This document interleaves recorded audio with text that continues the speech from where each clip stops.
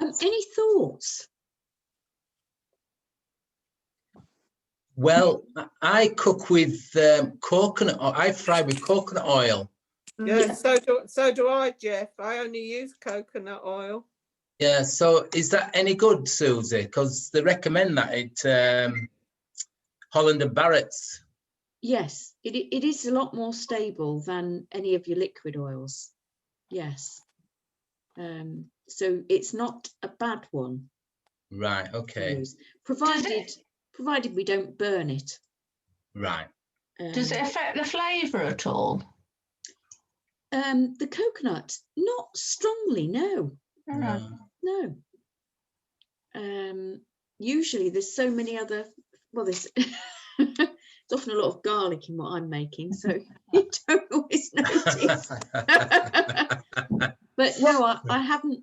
Has anybody else overtly noticed? No, I don't even know that it is coconut oil. Yeah, I have it in a block jar. Yeah. In a block, and then I break pieces off and then use what I need. Yes, that's what I do, Jeff. Yeah. And I use it for oil pulling as well in the mornings. Yes. Right. Yeah. It's very useful for that.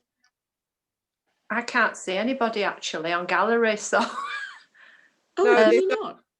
no, I can just see what I'm in with fats and oils. That's all I can see. Yeah, well, that's all I've got, Kim. Oh, right. If you go on to full screen, that should give it you. Yes, No, that's right. yeah. Full screen in the, now where is the full screen? In the gallery view. I've lost it now. Full screen in gallery view. Well, I can see all your faces on the right hand side, and I've still got the what you're putting up, Susie. I have. That's what I've got. Yeah. So, Okay, great. So it's all right. I just didn't want to. We're not been able to see anybody. I just didn't want to interrupt because whoever talks loudest, that's what it just cuts everybody. Yeah. So I mean, we just put a hand up if we want to say anything, and then that's how we do it. And then, do you know what I mean? Because if everybody tries to talk at once, you can't. It just runs everybody out. So yes, I ought to learn myself how to put everybody across the top, because there'd be a bit more. I'll probably be able to see everybody then, and I must admit I can only see 3 of you. We need a Can you buzzer. actually hear me? Can you hear me at all, Susie? Oh yes, we can hear you now. We can hear you. All right, I've got my earphones in now. Oh, great. Problem solved. That's excellent. Well, it's not solved, but it's different.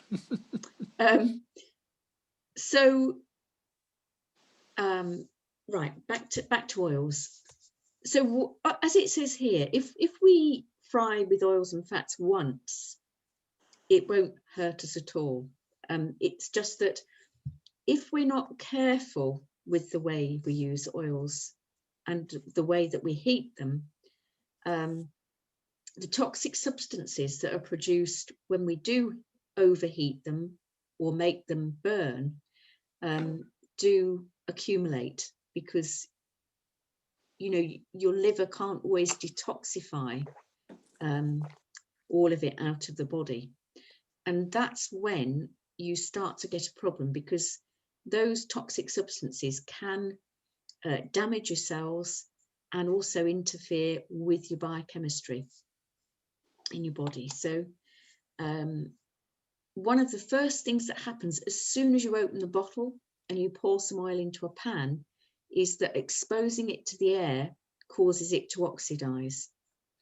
And of course you'll know from information that's come out over the last several years that oxidation is not a good thing. It's a little bit like an iron nail going rusty, that it'll gradually start to rot.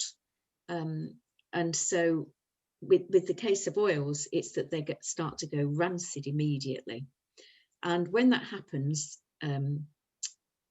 you've got a situation where you've got more free radicals in your cooking. And so chemical changes also take place in the oils while you're cooking them, while you're heating them. And it produces something called trans fatty acids, which you've probably heard of. And that is not a good thing, because it basically means that where you've got two, let's say you've got two straight molecules in your fat, it twists them.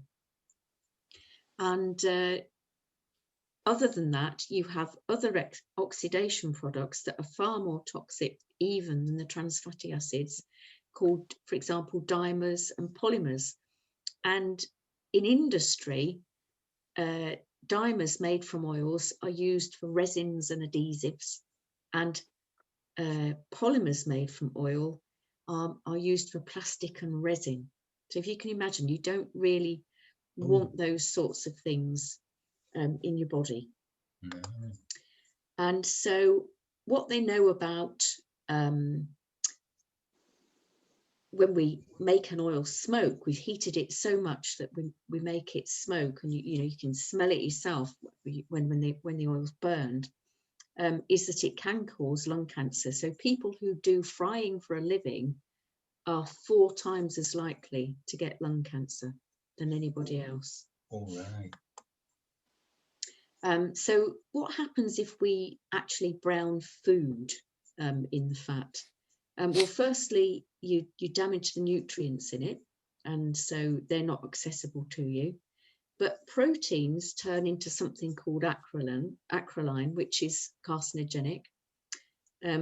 Starches and sugars get caramelized, and as you can imagine, caramelization when it's burnt means you've destroyed the molecules, and then fats and oils, as we said, are turned to smoke, dimers and polymers, and the trans fatty acids, of course.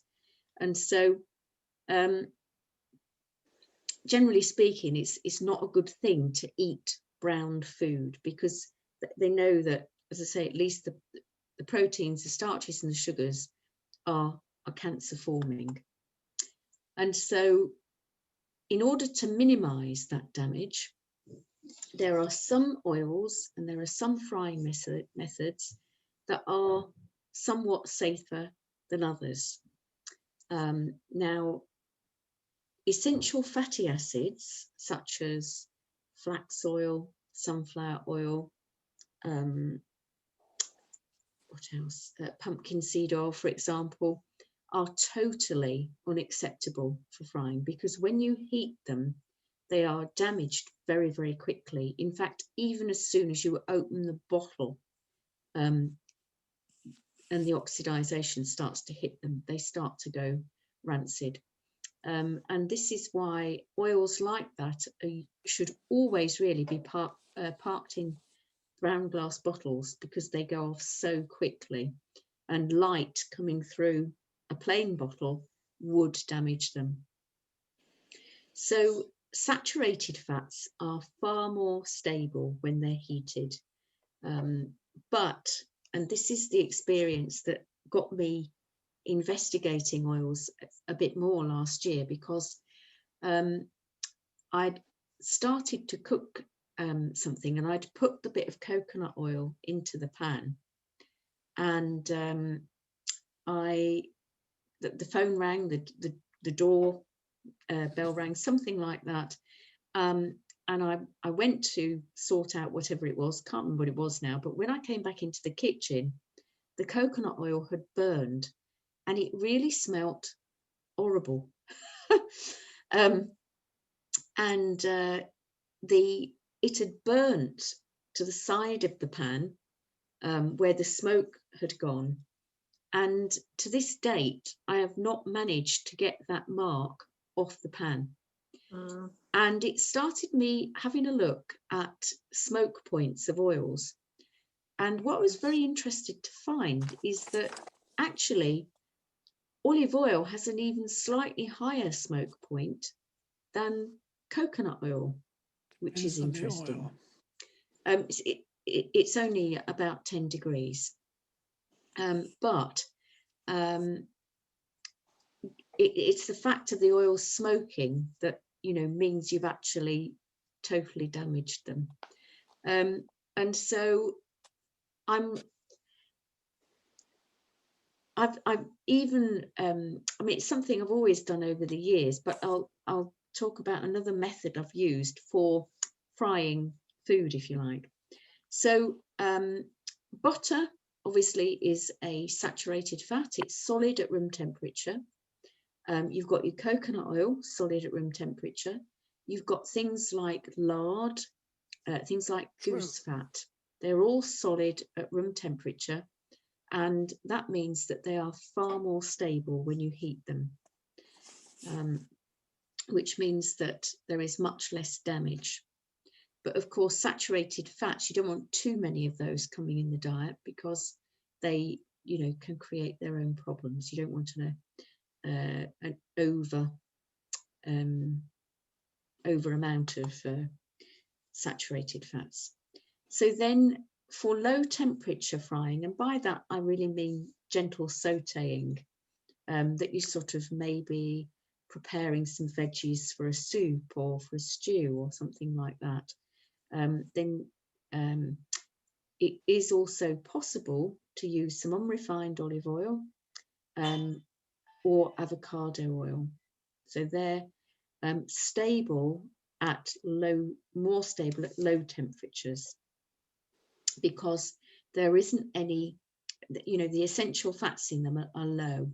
They're generally monounsaturated. Now this is the method that I tend to use when I'm prepping for a soup, when I'm prepping for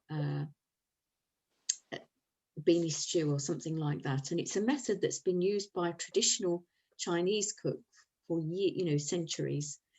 So if you just put some water in the bottom of the pan, and not this much actually, I just couldn't find any pictures related to steam frying, so you wouldn't use this much. But if you put a puddle in the bottom of the pan and you get it bubbling, and then if you put your veggies in, let's say you're sauteing onion and carrot and garlic or something,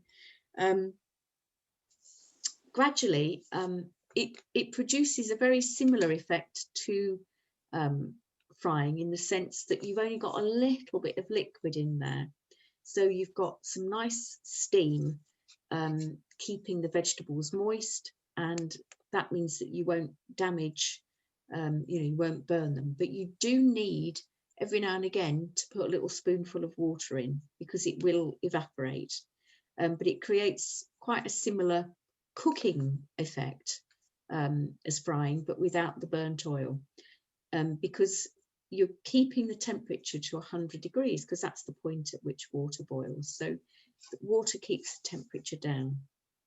And then of course, when you serve up the meal, you can always put some, let's say it was a green stir fry, you could always put a little bit of sesame oil on top, a little bit of olive oil on top, and you've still got some of the benefits of the oil coming in, but they've been kept cold, and so they're not going to create a problem. So then in Europe, in some gourmet style cooking, what they do is they place the vegetables in the frying pan and then put the oil on the vegetables, so that the oil protects the the vegetables protect the oil somewhat from oxidation and overheating.